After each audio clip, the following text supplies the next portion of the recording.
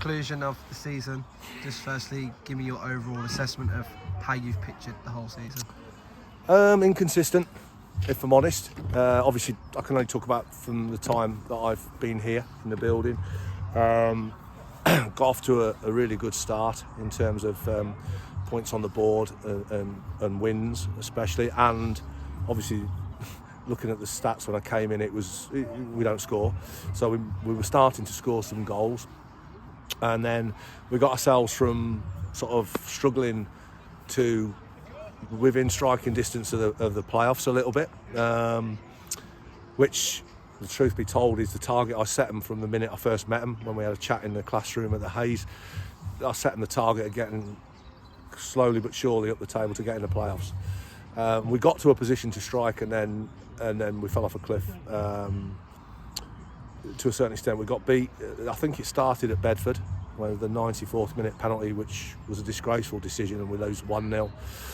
And from then on, we've struggled to win a game. You know, had a few draws, then we beat Hitchin. So we're now gone at the end of the season back-to-back home wins. And our record against the top five, the teams that are finishing in the top five this year, you know, we've took points off them. With the exception of Kettering, I think we've done all right. You know, but we're not consistent enough or rugged enough and horrible enough, for a better word, to sustain runs of form that get you there, and certainly against you know, teams who are probably a little bit more robust. So that's obviously, we've got lots of things to think about now, but you know, we're 10 points clear, so we finished 10 points above the bottom four.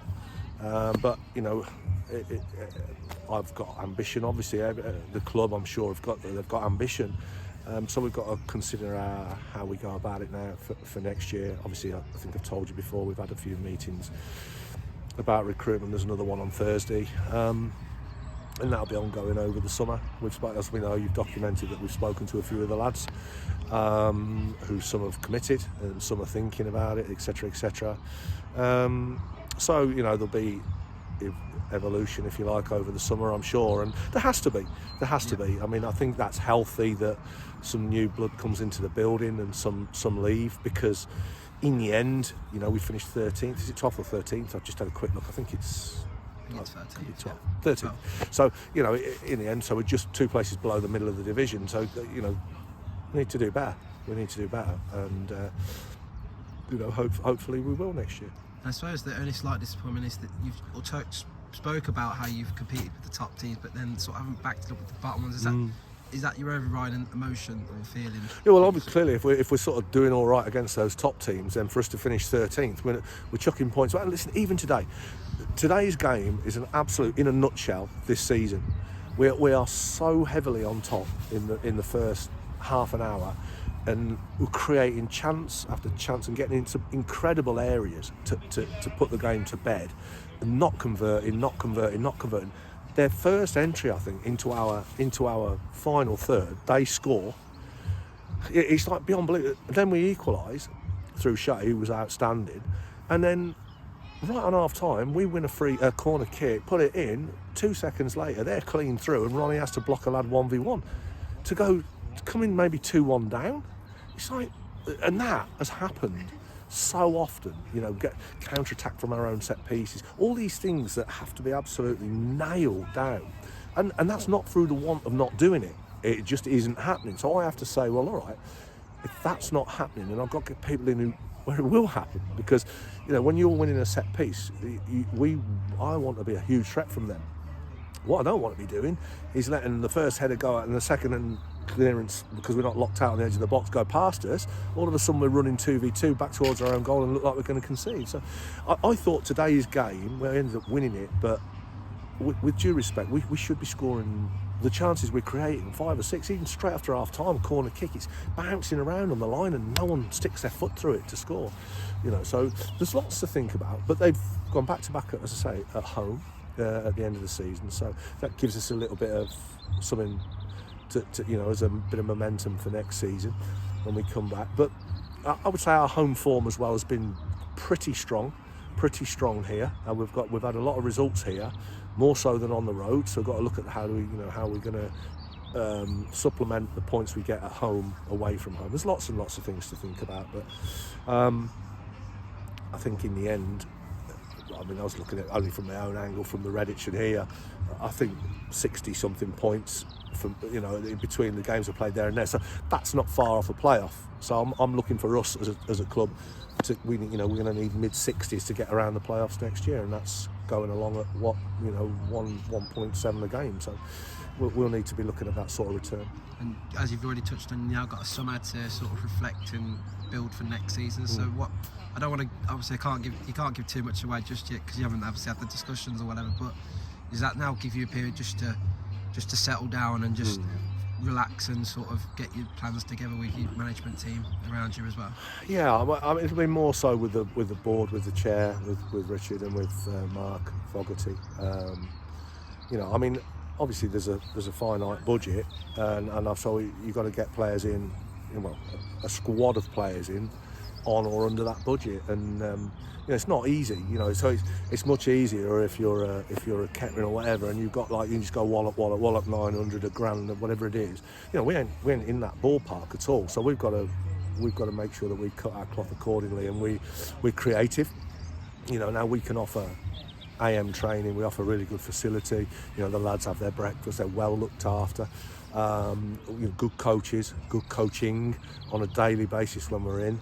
So there's a lot going for the football club, but so then you've got to get lads who can commit to the morning. Now historically and even now, this is 2 evenings a week for most clubs, where it's a Tuesday, Thursday night. Here it's different. So first of all, identify your targets, make contact. Can you commit? Do you want to come? And this is how it'll roll. There's phone calls been made already to certain people, and that's just going to be an ongoing process now for 2 months.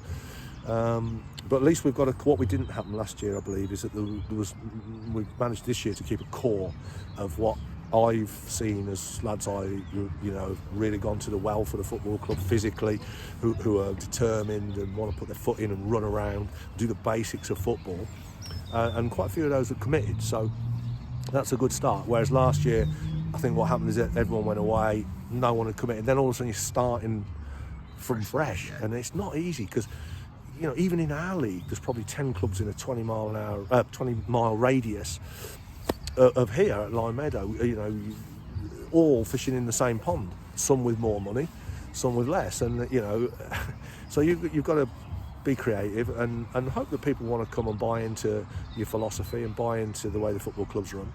So yeah, that's what will be going on, and we haven't spoke for a bit for various reasons. Obviously we've had to play on Thursday, that didn't help, so you've got Willock pulling up with cramp, Cammy Davis cramping in his calves, some tired legs out there because we've had to go through the league, and listen, there was a lot of shenanigans went on which around that game which left a very bitter taste in my mouth, very bitter, and some of that, I think the league got it fundamentally wrong, some serious incidents that day. I think stuff that was coming from out the other side, from the opposition side, was absolutely shocking as well. And listen, I won't forget some of the things that were said and done. So listen, very, very disappointed. We went there on Tuesday, and to be fair, first half we were terrific. We completely bossed the game and looked a really good side. And then, we make changes and bring in younger lads on, and that obviously we get beat 3-1. But there was a lot of signs of some really good green shoots there.